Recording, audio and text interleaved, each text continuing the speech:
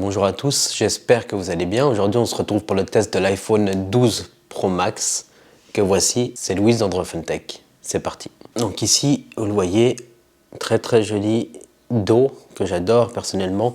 J'adore cette surface dépolie comme ça, en verre dépoli, où ça ne garde pas les traces de doigts, en tout cas moins qu'un verre normal, non dépoli. Ici, c'est pas le cas, c'est très bien fait. Le petit logo de la pomme ici au dos et les capteurs photo ici, de très bonne qualité, surtout en vidéo. On le verra plus tard dans le test. Le format, je trouve plus large, il me semble en tout cas, que l'iPhone 11 Pro Max, un tout petit peu plus large peut-être. On a toujours également Face ID qui est présent, qui n'a pas changé par rapport aux autres versions d'avant, les précédentes.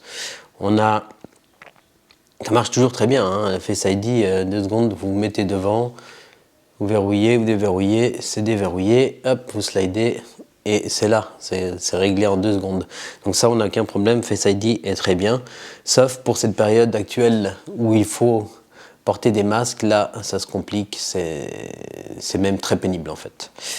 Mais voilà, en dehors de ça, Face ID est super, espérons qu'un jour, on n'ait plus à porter ces masques et puis qu'on puisse aller de l'avant avec Face ID.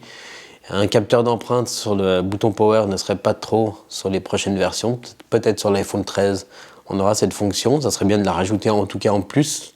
Et je dis pas de supprimer Face ID, mais au moins de rajouter cette fonction sur le bouton de marche arrêt, Power. Ici, un petit capteur d'empreinte, comme ils l'ont fait sur l'iPad Air 4, si je ne me trompe pas, et là ce serait top. Vous aurez les 2 solutions de déverrouillage. Vous avez le masque, ça ne marche pas avec Face ID, bam, vous appuyez dessus et vous partez directement sur le capteur d'empreinte qui se trouverait sur le bouton ou sous l'écran, mais sur le bouton, je pense que ça serait quand même moins onéreux que de placer un capteur d'empreinte sous l'écran. Maintenant, à voir. Autre chose, cet iPhone, ici on a toujours l'interface iOS, l'interface maison pour les iPhones. Et franchement, ça fonctionne toujours aussi bien, c'est fluide, c'est rapide et ça lag pas. C'est d'une fluidité exemplaire. Vous savez que Apple contrôle non seulement son hardware mais son software, et il contrôle tout de A à Z, ce qui leur permet d'avoir une fluidité du tonnerre, qui marche sans aucun souci. Ici, vous n'aurez aucun problème, l'Apple Store, enfin vous pouvez tout télécharger. La fluidité de cette puce qui est la 14 Bionic, et vous avez vraiment une fluidité qui est là. Voilà, on va passer vraiment au test. Je vais vous montrer, filmer l'écran de plus près pour vous montrer ce que ça donne. J'adore tout autant, toujours, comme un peu chez OnePlus et tout ça, et sur l'iPhone depuis le début, ce petit slider, ce petit switch pour couper ici le son des notifications, la sonnerie, etc. Paf, vous accédez ça en un clic et c'est réglé. Ça, c'est très appréciable également. Ensuite, de quoi on a l'écosystème Apple n'est plus à démontrer depuis que ça existe, ça fait déjà quelques années maintenant, et ça marche très bien. Si vous avez un iPad, un iPhone, une Apple Watch et un MacBook, vous êtes au top, vous pouvez tout faire depuis l'un et l'autre, recevoir vos notifications, vos appels, transférer vos fichiers d'un à l'autre sans aucun souci. C'est vraiment très bien avec AirDrop et franchement ça marche super bien. Ça vous enferme dans cet écosystème Apple. Maintenant, voilà. Est-ce que ça vous pose un problème ou pas? Ça, c'est à vous de voir. Après, il y en a d'autres qui préféreront pouvoir utiliser des applications où ils peuvent passer, que ce soit d'Android à iOS, à iPad, à OS, à Windows 10, que sais-je, à même Linux, pourquoi pas. Voilà, ça c'est après propre à chacun, c'est à vous de voir si vous aimez rester dans l'écosystème Apple ou pas.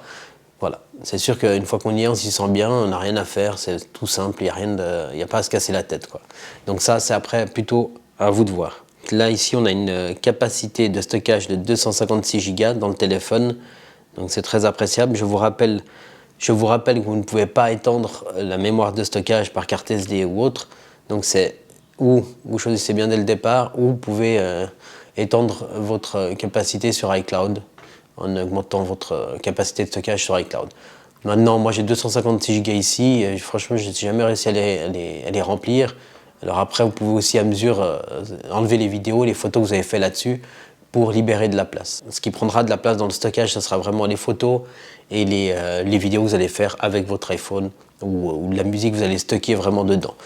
Ce ne sera pas, en tout cas les applications, j'en ai pas mal quand même d'applications installées et franchement ça prendra jamais ces 256 Go. Autre chose,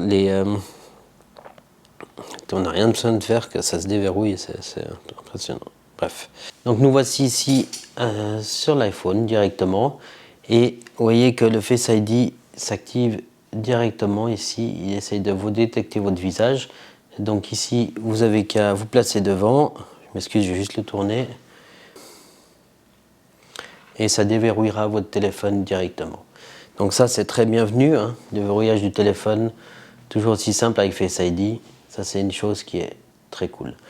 Ensuite, vous avez tout le système de vos notifications, vous descendez, là il n'y en a aucune, vous descendez du milieu, vous avez vos notifications, vous descendez ici sur la droite, vous avez vos raccourcis rapides, comme un peu sous Android, etc. Avec l'activation du mode avion, du Wi-Fi, du Bluetooth, la gestion de la luminosité ici de votre écran, le volume, la lampe torche, vous pouvez allumer derrière. Ensuite, ici les calculatrices, l'appareil photo et des télécommandes, enfin voilà, plusieurs raccourcis rapides. Et sur la gauche, c'est vos notifications. Un slide depuis le milieu comme d'habitude, ça vous amène à vos recherches Spotify. Vous recherchez ici directement sur votre iPhone. Vous slidez du milieu n'importe où et vous pouvez écrire n'importe quoi. C'est écrit Apple, ça vous propose Apple Store ou dans vos applications, dans les recherches sur Safari ou quoi que ce soit, ou dans vos appels, vos contacts. Vous pouvez tout chercher ici. D'accord? Donc, très simple d'utilisation, il n'y a rien de compliqué là-dessus. Ça, c'est pour, la prise en main d'interface. Donc, iPadOS 14.3, ici, je vous rappelle. Donc, pour rappel, ici, le déverrouillage. Le déverrouillage de Face ID, tout comme d'habitude. Hop, le cadenas est déverrouillé, vous slidez et vous êtes dans votre iPhone. C'est très simple comme d'habitude, hein. Vous avez le mode avion, le Wi-Fi, le Bluetooth, données cellulaires, le partage de connexion, la gestion de vos notifications, son et vibrations, ne pas déranger, temps d'écran. Donc si vous voulez changer votre sonnerie ou quoi que ce soit, vous allez dans son, ça c'est comme d'habitude. Vous pouvez changer vos sonneries, le son des SMS, etc., etc. et de vos notifications. Ne pas déranger. Ici, Bluetooth pour activer ou désactiver vos Bluetooth, pas ici, ici. Et là, vous pouvez ajouter des périphériques Bluetooth ou les désactiver. Ça, c'est à vous de voir. Les Wi-Fi pour rechercher les réseaux Wi-Fi et vous connecter directement dessus. Donc ici, voilà, c'est vraiment les choses basiques de la section de l'application paramètres, donc des réglages.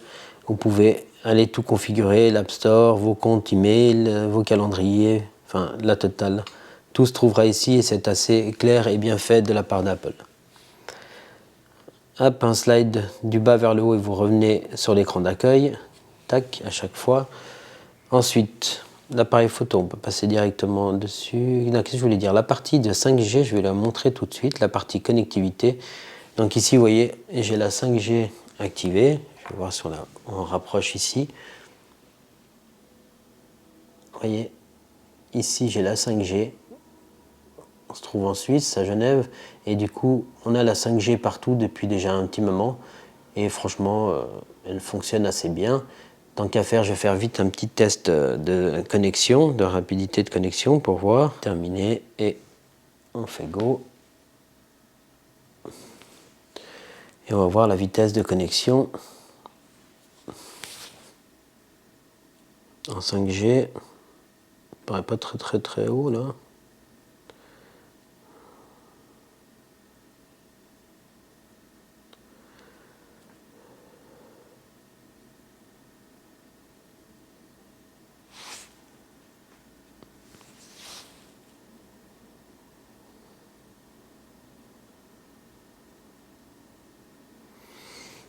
Alors c'est pas terrible comme résultat, hein. Là je sais pas si ils sont fatigués en ce moment, mais normalement on est bien plus haut en 5G. Là c'est pas vraiment ce que j'appellerais la grosse 5G, parce que si je passe en Wi-Fi maintenant et qu'on refait le même test, Je vais être plus rapide en Wi-Fi, je pense. Et là, c'est pas normal.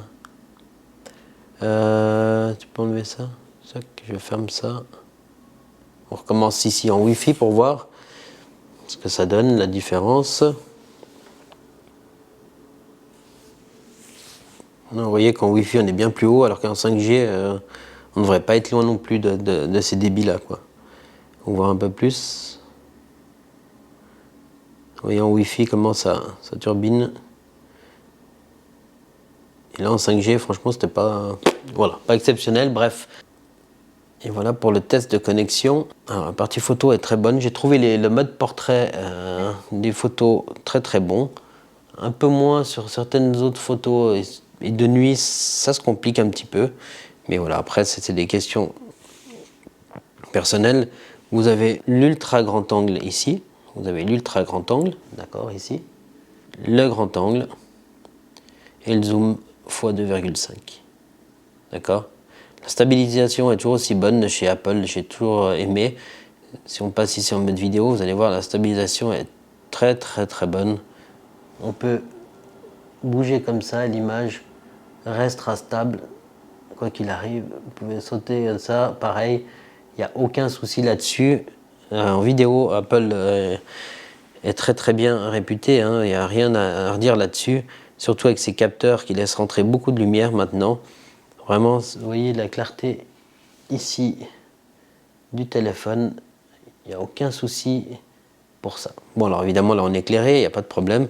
Mais si je fais une vidéo même là, ça reste très très lumineux, quoi qu'il arrive.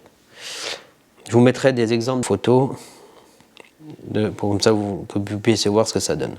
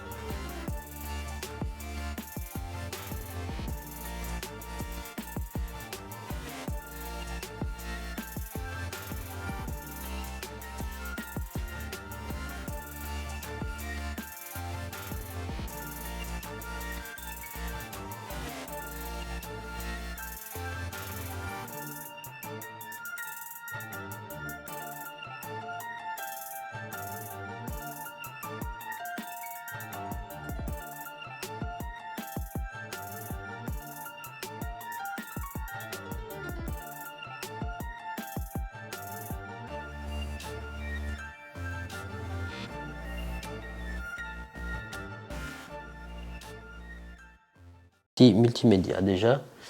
Alors si on va sur la partie multimédia, donc Netflix marchera sans problème, il n'y a aucun souci là-dessus.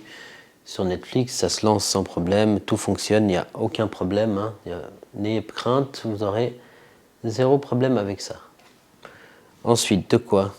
Alors ici, si on va, hop, hop, et on va chercher ma chaîne Android Tech, comme ça je vous montre quelques extraits ici de mes vidéos. Qu'est-ce qu'on peut faire? Vous allez voir ici le son.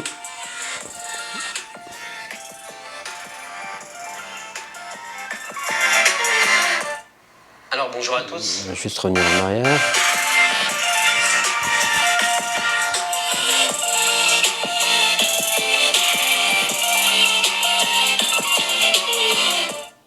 Alors bonjour à tous, j'espère que vous allez bien.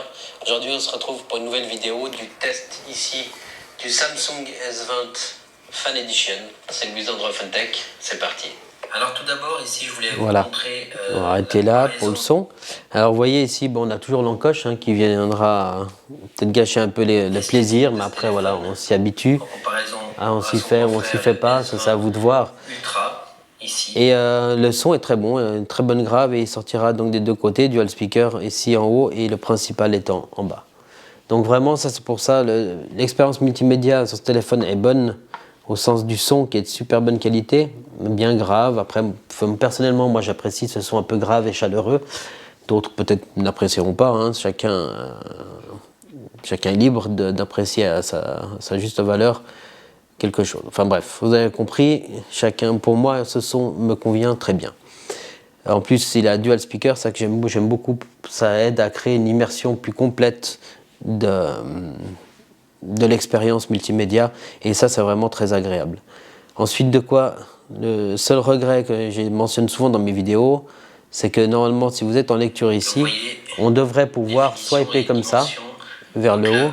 Pardon. Vous voyez, la vidéo tourne toujours, mais on ne voit pas l'image, on n'a pas le PIP qui s'active, comme pour d'autres applications, comme Netflix et tout, ça devrait marcher. Et là, vous voyez que ça ne fonctionne pas. Ça doit être des accords entre Google et Apple, je ne sais pas. Bref, c'est dommage parce que j'aime bien voir une vidéo en PIP comme ça. Donc les qualités d'appel sont très bonnes. Également, le micro fonctionnera sans problème. C'est Apple, il n'y a aucun souci là-dessus. Donc, comme vous le voyez, le PIP ici ne fonctionne pas. On ne peut pas quitter YouTube et la petite fenêtre PIP apparaît ici ou là. Ça ne fonctionnera pas. Malheureusement, c'est comme ça. Alors que si je prends Netflix, ça devrait marcher d'ailleurs. Lance quelque chose. Normalement, ça devrait marcher si je fais ça au hasard. Et que je lance ça. Ah, ça ne fonctionne pas non plus. Génial. Est-ce que c'est passé la bande-annonce un instant?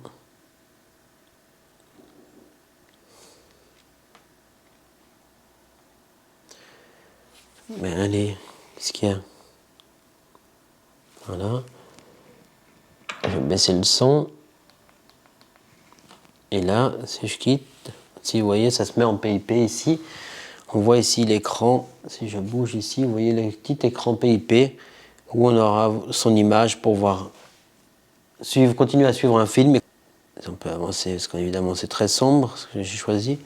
Mais vous voyez ici qu'il y a une vidéo qui tourne là avec le petit PIP. Donc ça c'était pour la partie multimédia. En tout cas ça fonctionne sans problème. Juste le PIP de YouTube qui est dommage, mais bon c'est comme ça. Le son est très clair et bon, ça c'est appréciable. Niveau jeu, vous ferez tourner tous les jeux. Franchement je peux vous montrer un Call of Duty, mais ouais, je vais vous le montrer pour vous le montrer, mais vraiment ça tournera sans aucun souci. Vous ferez tout tourner. C'est un des processeurs les plus puissants du moment, hein, iOS et Android confondus. Après, est-ce que le 888 fait mieux? Je ne suis pas sûr. Peut-être ça se rapproche grandement, mais Apple a toujours une longueur d'avance sur ses processeurs, ses GPU, ses CPU, pardon, comme on dit. Il a vraiment une longueur d'avance sur la concurrence.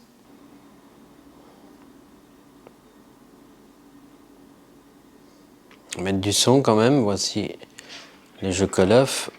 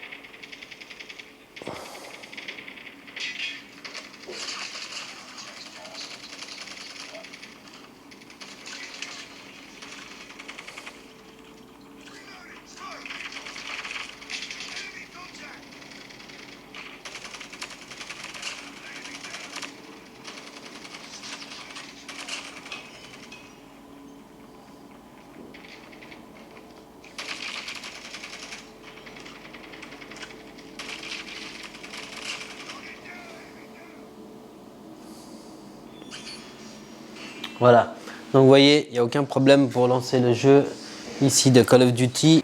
Aucun problème de chauffe ici sur le téléphone. Alors il est tiède, rien de très méchant, mais voilà, ça fonctionnera très bien. Le seul reproche que beaucoup de gens commencent à faire de plus en plus, c'est la partie de la fréquence de rafraîchissement, les fameux 120 Hz. Ici, on n'a que du 60 Hz. Et voilà, c'est vrai qu'en 2021, maintenant, on aimerait bien avoir quand même du 120 Hz. Malgré que voilà, si vous n'êtes pas un grand joueur de dingue, vous verrez la différence, certes, hein, même dans la fluidité dans certains menus, dans le défilement de pages et certaines choses. Bien que là, la fluidité de l'OS ici de chez Apple fonctionne très bien et apporte quand même une certaine fluidité, même sans les 120 Hz. Maintenant, c'est vrai qu'avec les 120 Hz, on serait mieux pour jouer et faire des sessions de jeu et des défilements de pages, ça serait quand même plus agréable pour apporter encore un petit plus en fluidité. Maintenant, voilà, quelqu'un qui n'a jamais eu un téléphone 120 Hz ou une tablette 120 Hz, elle verra pour l'instant aucune, enfin, ça la dérangera pas plus que ça en tout cas. Voilà, c'est tout. Je crois qu'on va rester là pour cette vidéo. En tout cas, en vidéo, vous aurez zéro problème hein, pour ce qui est de la photo et de la vidéo. En tout cas, c'est le top du top de chez Top. En plus, l'appareil photo se débrouillera très bien. Voilà, il y aura d'autres moments où il fera un peu moins bien que certains autres smartphones sous Android. Donc, je pense là directement au Samsung S21 Ultra, qui lui sera du même niveau ou voire mieux pour la photo. Maintenant pour la vidéo, l'iPhone reste le maître incontesté de la vidéo. Enfin, jusqu'à maintenant, j'ai pas encore testé le S21 Ultra à voir. Voilà, c'est tout pour cette vidéo. J'espère que vous avez aimé. Si c'est le cas, n'oubliez pas un like, un j'aime, un partage et surtout de vous abonner. C'est très important pour la chaîne. Sur ce, je vous dis à très vite dans une prochaine vidéo. C'était Louis d'Androphone Tech. Ciao.